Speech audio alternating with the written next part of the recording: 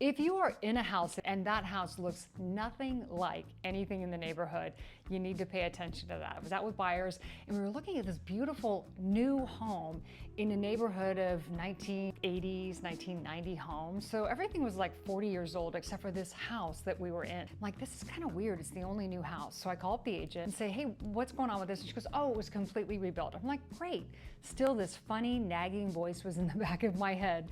So I Googled it. Turns out there was a murder-suicide in the house, and then the guy lit the house on fire to cover up the crime. Of course, it was rebuilt. Called up the agent, I'm like, hey, did you know that this was going on in the house? She was like, oh yeah, well, we didn't have to disclose it because that happened in the old house, which is true, but ethically, you tell me in the comments if you think that should have been revealed. I personally think that it should have, but the moral to the story is if you're in a house and that one house looks like nothing around the neighborhood, you need to pay attention to that.